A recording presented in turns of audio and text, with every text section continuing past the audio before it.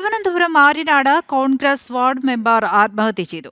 Kottakkakam ward member ശ്രീജിയാണ് acid കുടിച്ച് ആത്മഹത്യ ചെയ്തത്.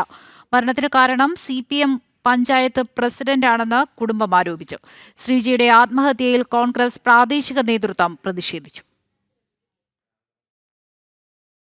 ഇന്ന് രാവിലെയാണ് ആര്യനാട് കോട്ടയ്ക്കകം വാർഡ് മെമ്പർ ശ്രീജയെ മരിച്ച നിലയിൽ കണ്ടെത്തിയത്.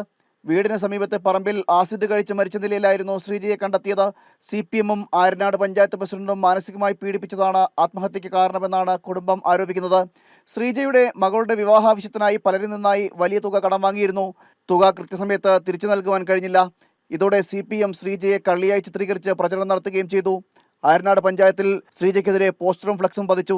ഇതിൽ മനംനൊന്താണ് ശ്രീജ ആത്മഹത്യ ചെയ്തത് എന്നാണ് കുടുംബം ആരോപിക്കുന്നത്. കടബാധ്യതയുണ്ട്. കടബാധ്യതയുള്ള ബന്ധുക്കളെ നിന്നാണ് പൈസ മാറ്റിക്കുന്നത്. അല്ല ഈ പാർട്ടി CPM നല്ല മാറ്റിക്കുന്നത്. അവർ അവളെ അനാവശ്യമായിട്ട് പറഞ്ഞ് മോശമായ രീതിയിൽ പെരുമാറി. ഇന്നലെ ഇവിടെ ആര്യനാട് ജംഗ്ഷനിൽ പ്രതിഷേധം വെച്ചത് ഒന്ന് പഞ്ചായത്ത് മെമ്പർ ബിജുമോഹനും, രണ്ട് മുൻ പഞ്ചായത്ത് മെമ്പർ ഷിജി കേശവൻ, പിന്നെ കിഷോർ കുമാർ കോട്ടയം മുൻ പഞ്ചായത്ത് മെമ്പർ ഇപ്പോഴത്തെ മെമ്പർ തന്നെ, പിന്നെ ഒന്ന് മകേഷ് എന്ന് വിളിക്കുന്ന പപ്സ് കുട്ടായി, അടുത്ത കുടുംബശ്രീയുടെ സുനിത. ഇവരാണ് ഇന്നലെ ഇവിടെ നികൃഷ്ടമായ രീതിയിൽ ആക്ഷേപിച്ചത്. അങ്ങനെ അവർക്ക് പഞ്ചായത്തിൽ അവരോടത്തും പുറത്തിറങ്ങാൻ പറ്റാത്ത രീതിയിലാണ് ചെയ്തത്. അതിൻ്റെ മനോവിഷമത്തിൽ അവൾ ചെയ്തത്. വലിയ രീതിയിലുള്ള ആക്രമണങ്ങളാണ് CPM നടത്തിയത്.